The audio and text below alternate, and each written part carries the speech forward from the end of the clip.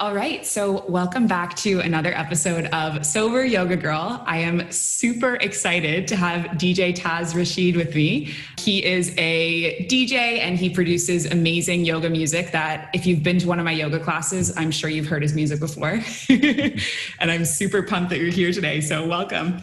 Yeah, it's super great to be here, and I'm happy how you found me through another podcast, the Yogi Show, right? You had said, yeah. And so it's great that I know that you listened to it, you found me, and you use my music. I really love these authentic kind of connections because you know my work, you're familiar with what I do, and I'm here to share deeper about the subject and my story. And so grateful to be here. Thank you. Awesome.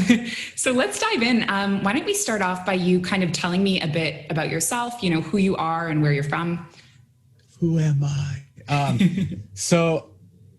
All right, and there's a lot obviously in our history, but I'm basically right now, I'm a musician, I'm a father, a husband, and that's really my main role. If you had to say who am I, that's my main role. I originally from Bangladesh, so I'm an immigrant in the US. I came to America in 1990 and lived in 5 different countries. So I have a nice world perspective. So I love it's everything in this world is perspectives, in my opinion. How you look at it depends on what part of the world you're from and your upbringing and what program you're brought up with. So I'm grateful that I was able to see the world in different ways, and I love living in America. To me, this is happiness right now. I don't want to live anywhere else.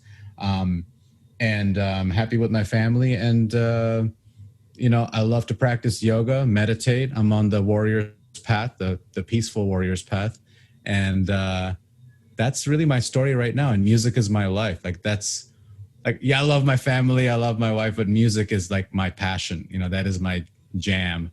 And I could work on music forever, it feels like, and not be tired because it's not work. It's amazing. That's amazing.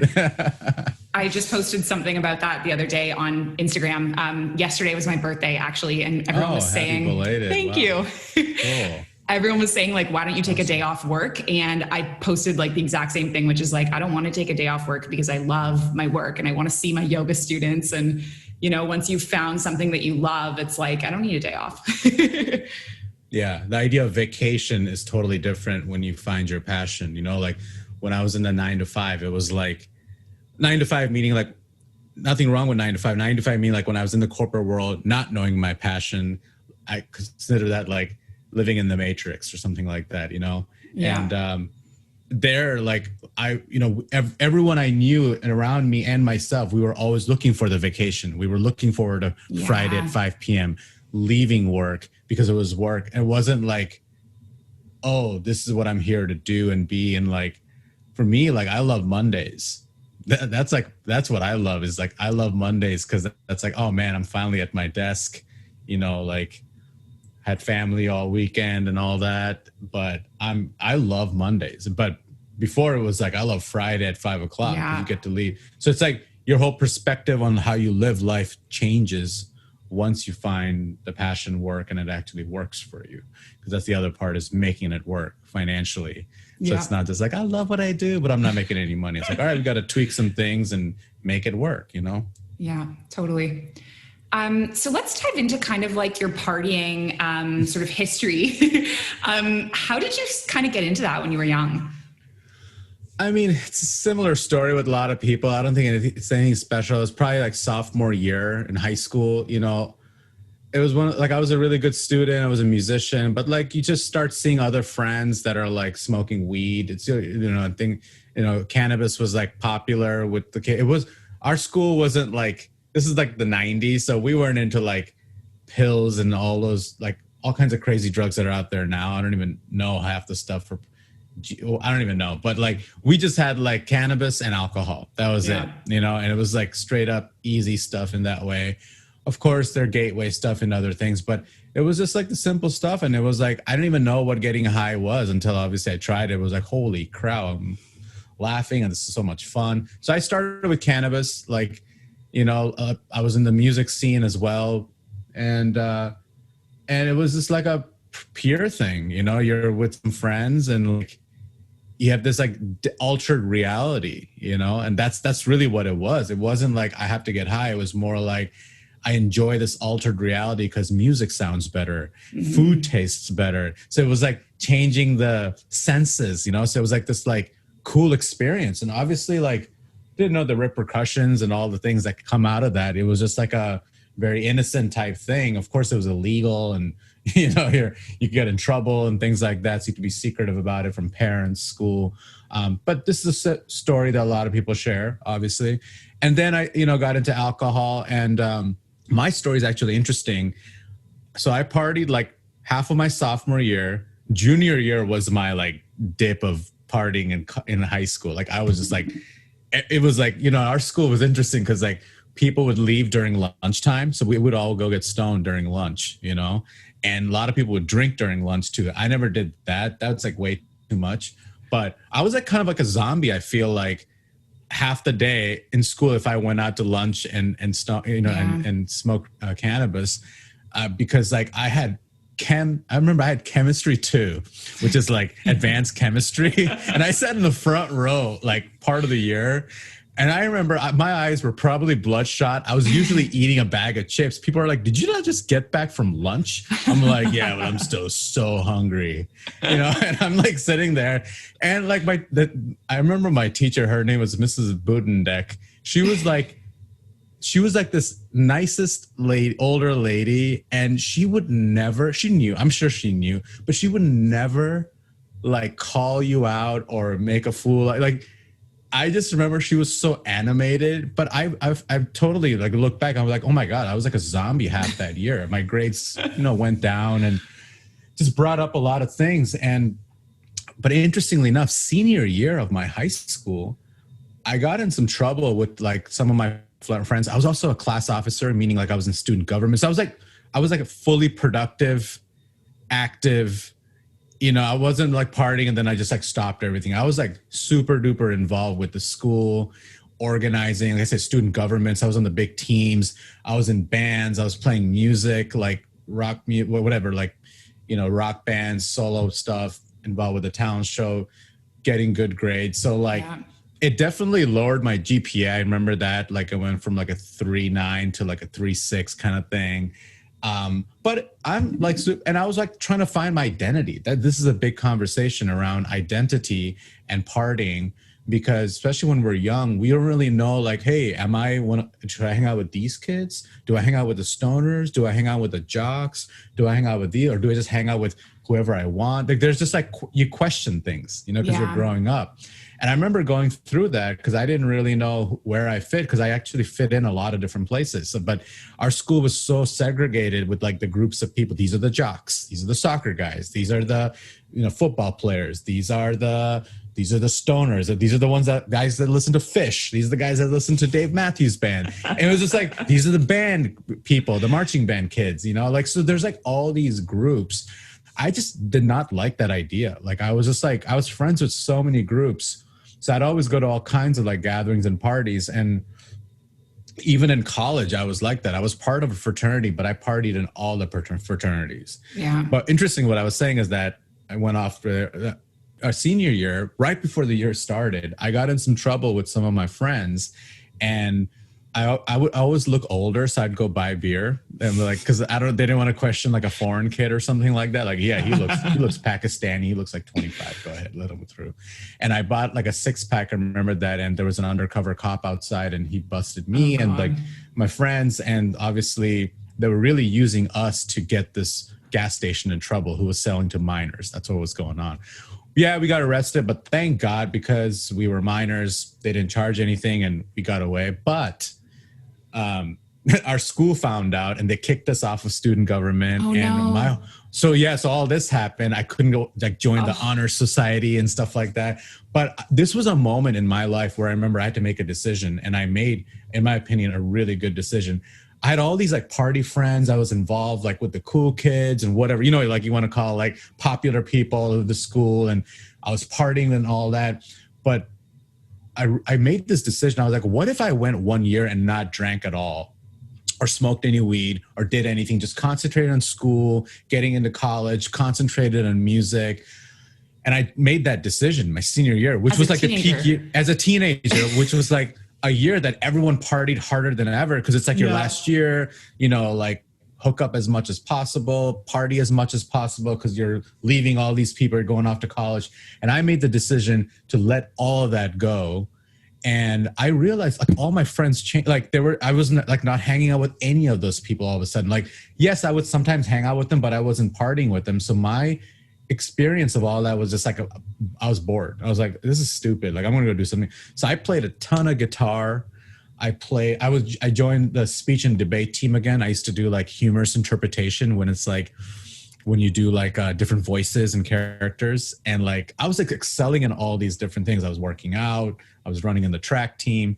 So like I totally gave all that up my senior year. It was like really crazy. I had this like zombie-ish kind of like party 1 year, junior year. And then I got into school.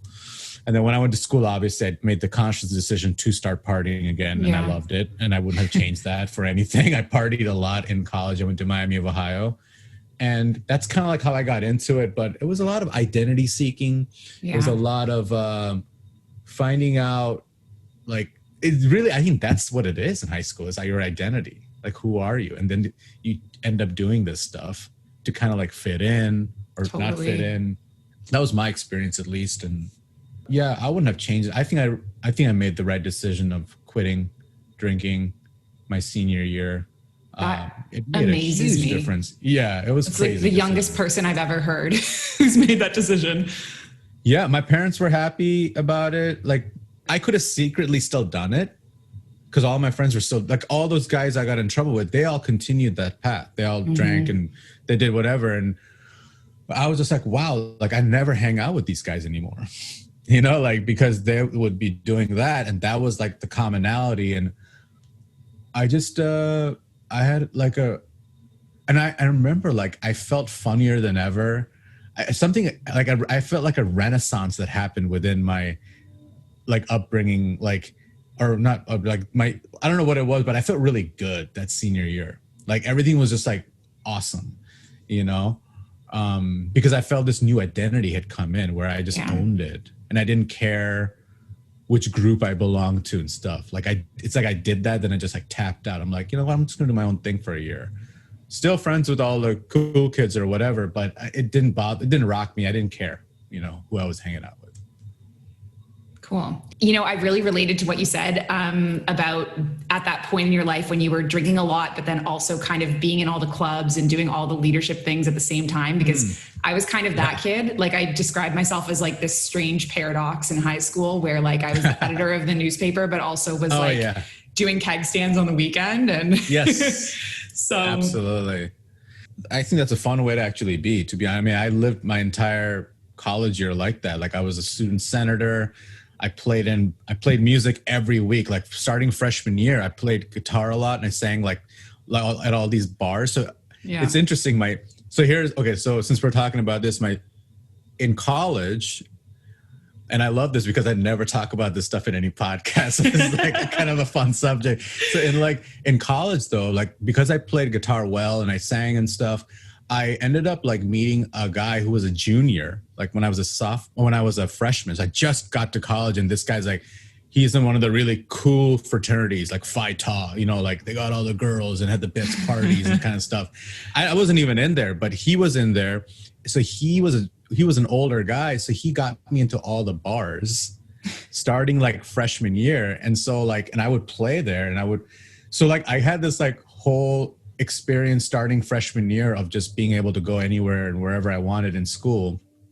And I loved it. Like I was so lucky. I feel like I was like, oh my God, like I didn't even need a fake ID. I just got in wherever I wanted because I played guitar and, you know, I could just party with these older kids and go to their parties and bars and stuff. And so like, I was completely still involved with all the school stuff, campus activities council and this and that, you know? And so, for you guys in the States, drinking age is much older. Like I'm Canadian. 21. So, that's huge. That's a huge deal. If you can go to the bars. For us, it was like, you know, the end of first year. Yeah. Oh yeah. Yeah. America, that's a big thing. It's like, And 21, like that, you have to be a junior by the time you can go to like. You're like basically done school. Yeah, you have like 2 years left. I have to come back for a 5th year just to enjoy it, you know? And I did. I did the victory lap, as we call it. And it was good. So tell me about, I've seen you describe yourself as like bro gone conscious.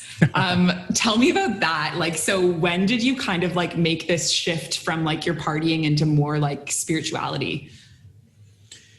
Yeah, well, so I was always involved ever since college, like probably junior, sophomore year. I always loved reading like books on audio, self-help, personal transformation, without realizing that's the world that I was always interested in, of like, how can I be a better leader? Like I remember reading a book about The Leader in You by Dale Carnegie. Like it's like a classic book on leadership or whatever, like from the 40s or whatever. I remember like reading and like loving it. It's like, I was like, oh my God, this stuff is so great.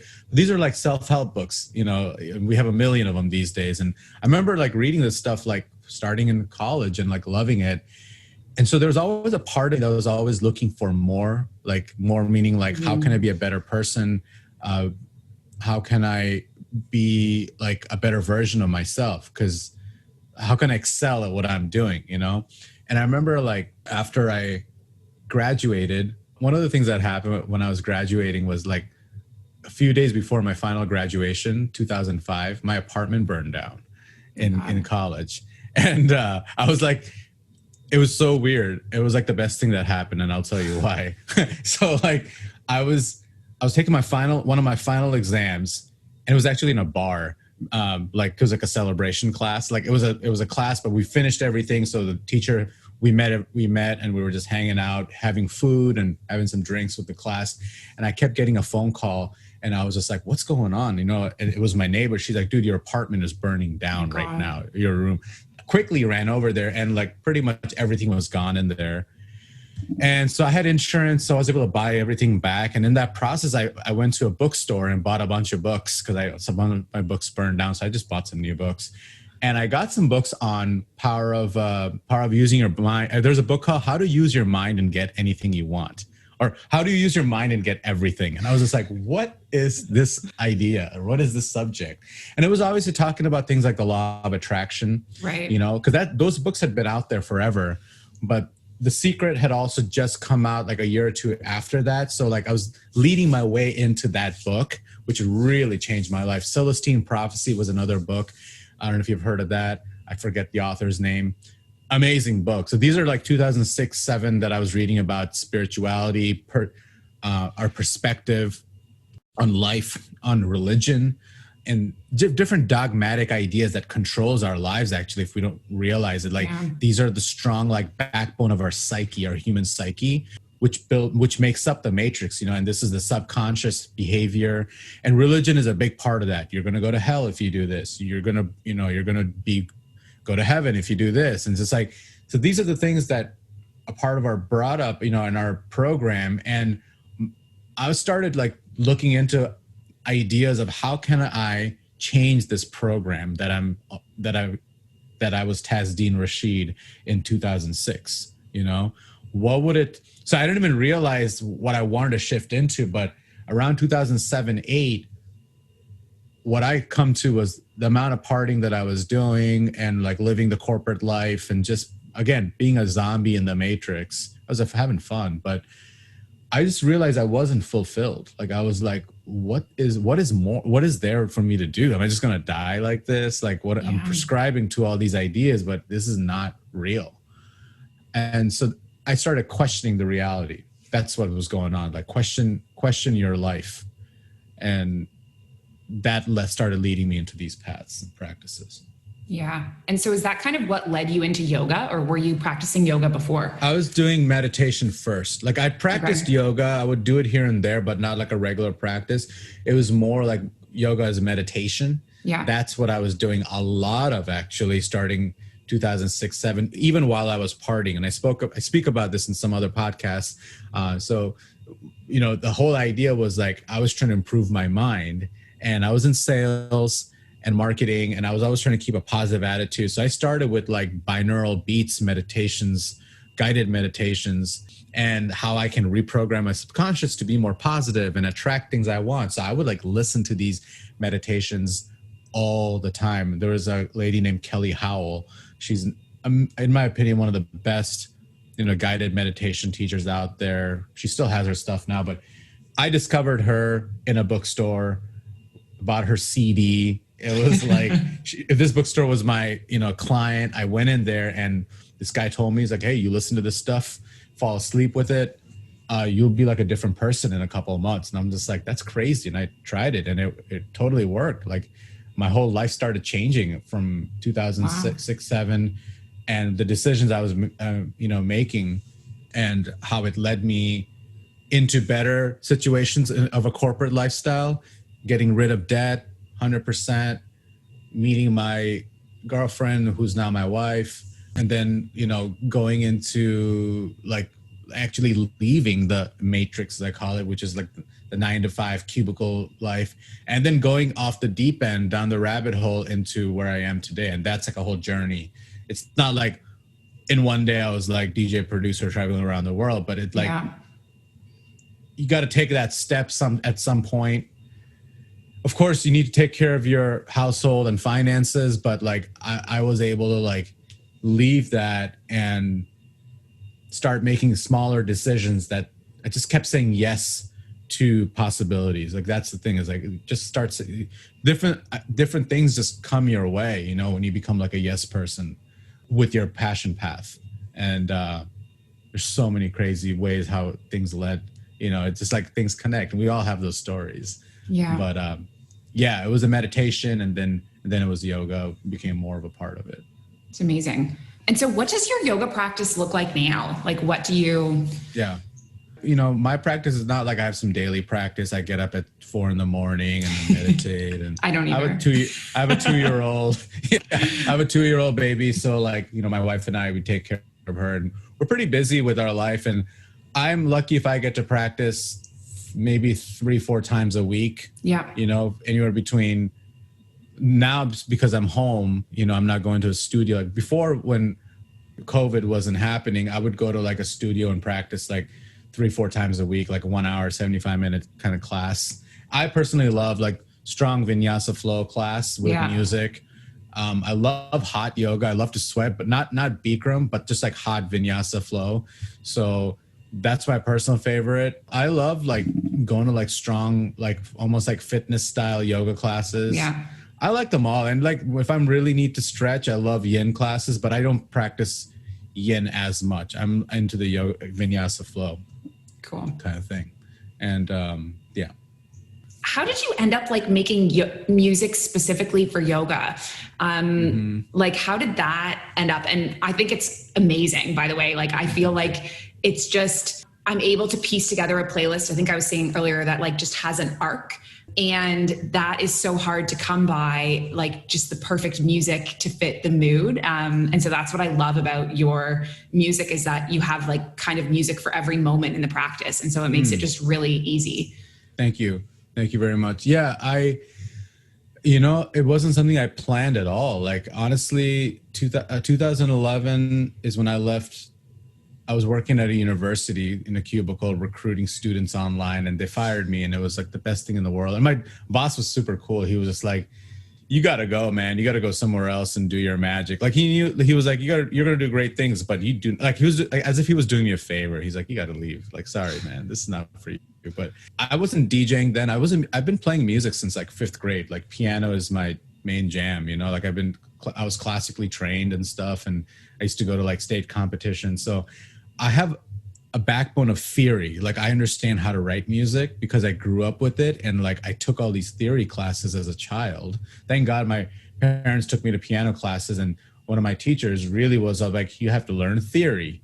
And whatever I learned then, it's like part of my psyche now. And like, I just kind of like get things, which I love. And so I wasn't planning to become like a yoga musician, but the way I got into it was I taught myself how to DJ before I was producing music. I just played guitar and piano and hand drums, and like I just played the instruments for fun. But producing is like another art. That's like learning computers really well. Like, you have to learn all the programs, like right. how to produce, and that you like literally should go to school for like a year or something. And there's just a lot of bells and whistles that you just need to know. And one of my friends, his name is Rara. Rara Avis. He originally was part of the Desert Dwellers.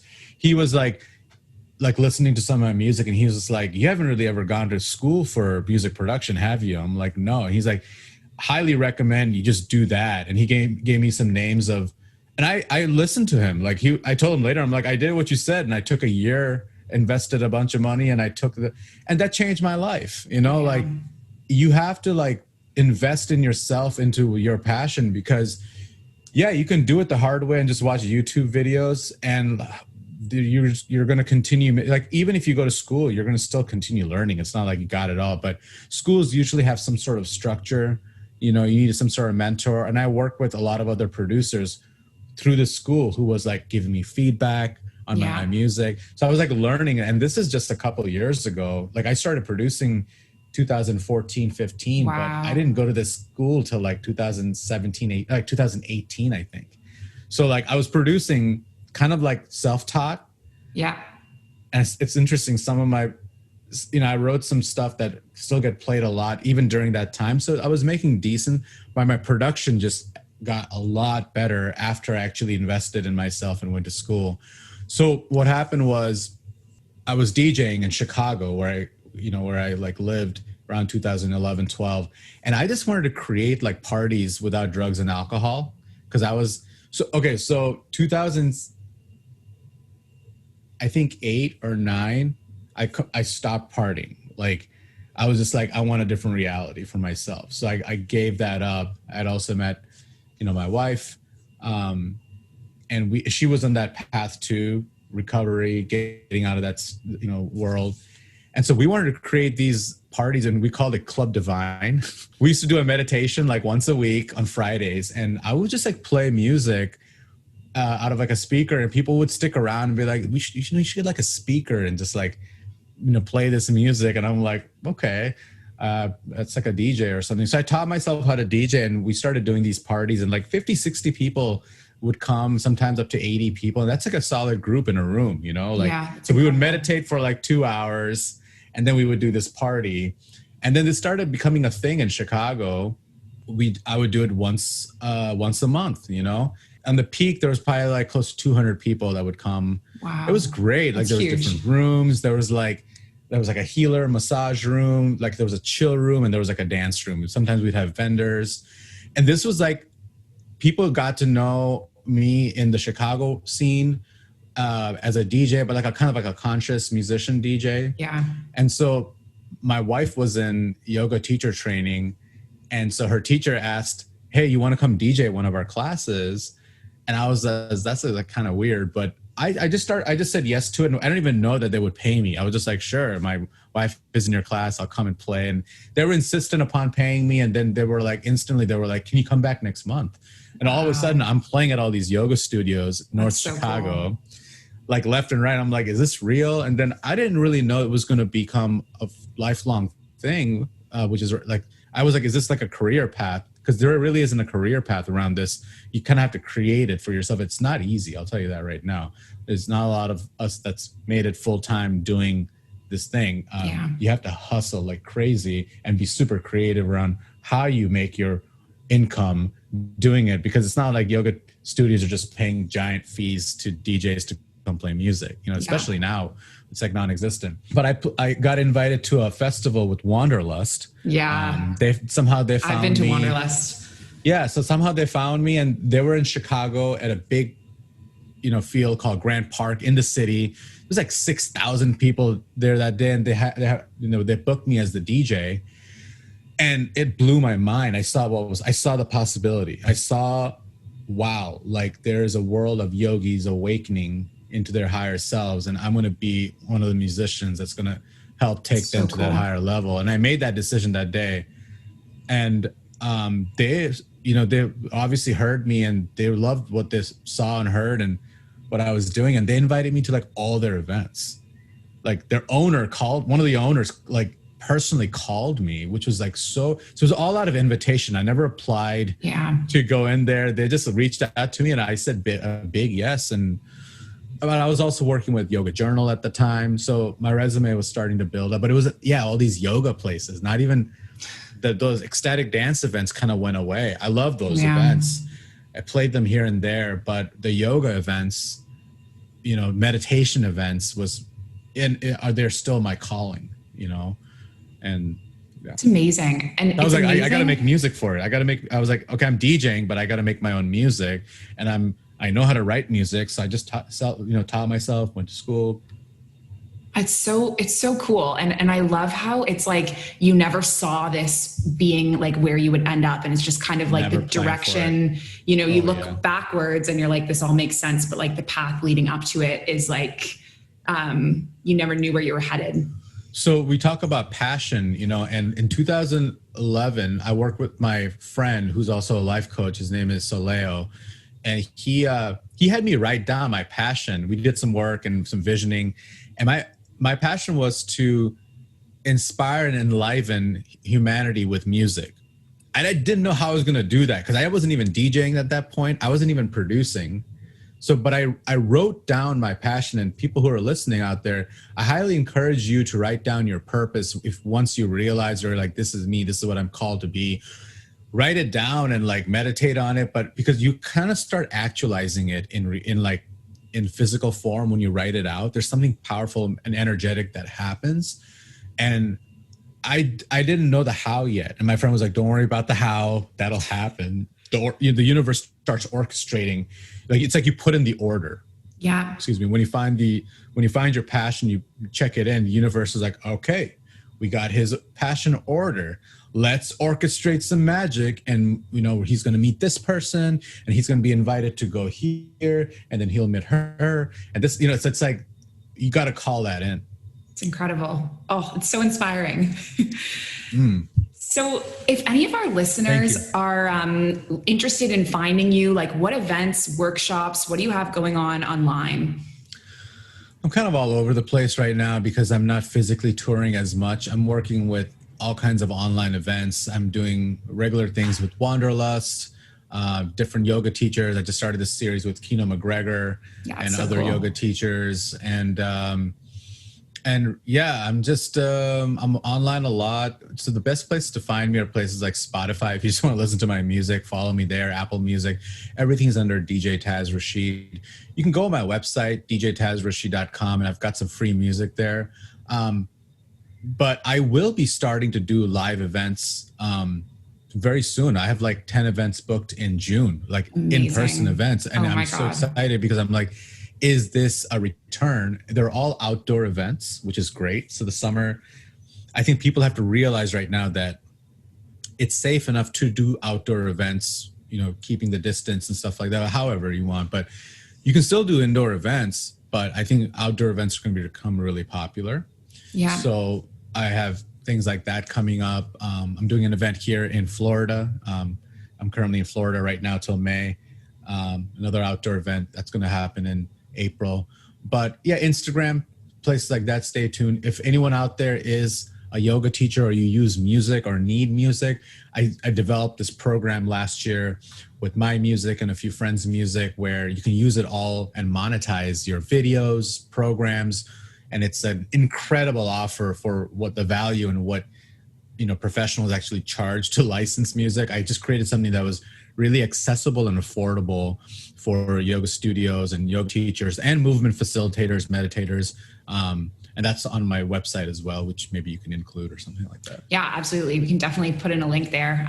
It's amazing because it's so hard, especially now that so many of us are online, to find like the right music. And so, and you have it. You have one of the licenses. I do. Yeah. Perfect. And I've used it in my classes and my Instagram videos, and it's been amazing. Thank you. Yeah. Yeah. So that's a good way to stay in touch. Cool. Okay. My last question is, what advice would you have to someone who is like stuck in kind of the partying scene and like wants to get out of that loop? What would you say? Well, I would say, first of all, that bravo that they want to get out, because that awareness is the first step, So if there's somebody that's like, oh my God, I'm partying a lot and I want to get out, that is the most important one of the most important steps is the awareness or realization that you're kind of stuck in a rut, or you're doing something that's not like realistic, and you want to like change that. That yearning to change is key. And I had that yearning, and then I was still stuck in that world for like a year or 2 years because I just kept. So you have to really look at who your friends are. Okay. That's one thing I had to look at, is a close look at who are the people I'm surrounded by. Yeah. If you're partying a lot, take a good look at your environment. What is your environment? Are you going to a lot of clubs, bars, parties? Who are you hanging out with, spending most of your time? The check-in of your environment will tell you a lot of things about what you may need to change. I literally, in Chicago, when I stopped partying, I kind of stopped hanging out with a lot of the people I was hanging out with, because all they were doing was partying. Like my only connection with them, we're friends, but our main connection was, let's go to the bar and let's drink. So that is one of the first steps, to really look at your environment and see what needs to shift, because I would go to some of these environments and not drink, and I felt stupid. I was like, what am I doing here? This is like a waste of time. Yeah. So check out your environment, and then ask yourself what you really want to do. I feel like finding your purpose or passion can really help, inspire you to maybe make some decisions to get out of that world. Because a lot of the people that are stuck in that world, sometimes, not everyone, but a lot, they're stuck in the matrix. They don't have a sense of strong passion. Okay. That's not to say that people who have a strong passion and purpose, they can't have like drinks and party and have a good time. Of course you can. Yeah. So those are some good steps to start with. And then surround yourself with people and situations that will maybe nurture you,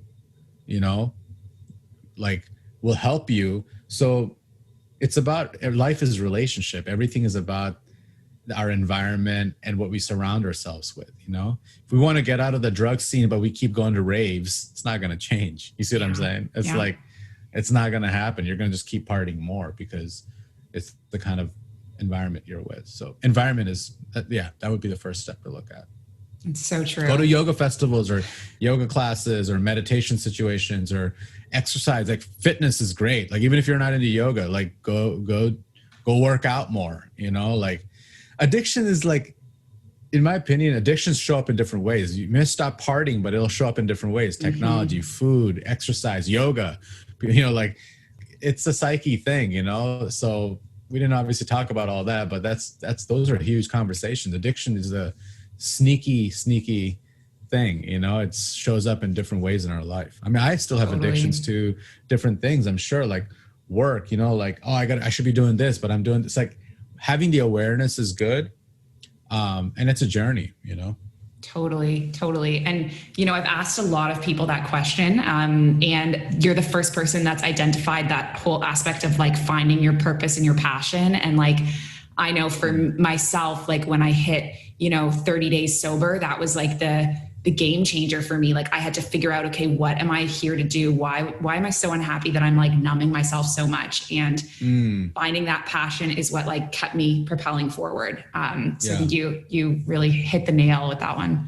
Thank you. And one other thing I will say is that one of the questions I asked myself, and I asked myself this out of a pure physical, like, I don't know how many people out there have ever, like when we would party in Chicago, and when I was partying a lot, I was in the rock music scene and I was also in like the nightclub scene. Like, so I was partying mainly with alcohol, some cannabis, but cocaine was also involved at times. And like, it was a great time, but like the morning after, you don't feel so great sometimes, you call that the cocaine blues. And, and I remember sometimes just feeling so shitty that like, I just felt so bad that you literally were like, why am I here? Like, what am I doing? It's like, it's the cocaine blues.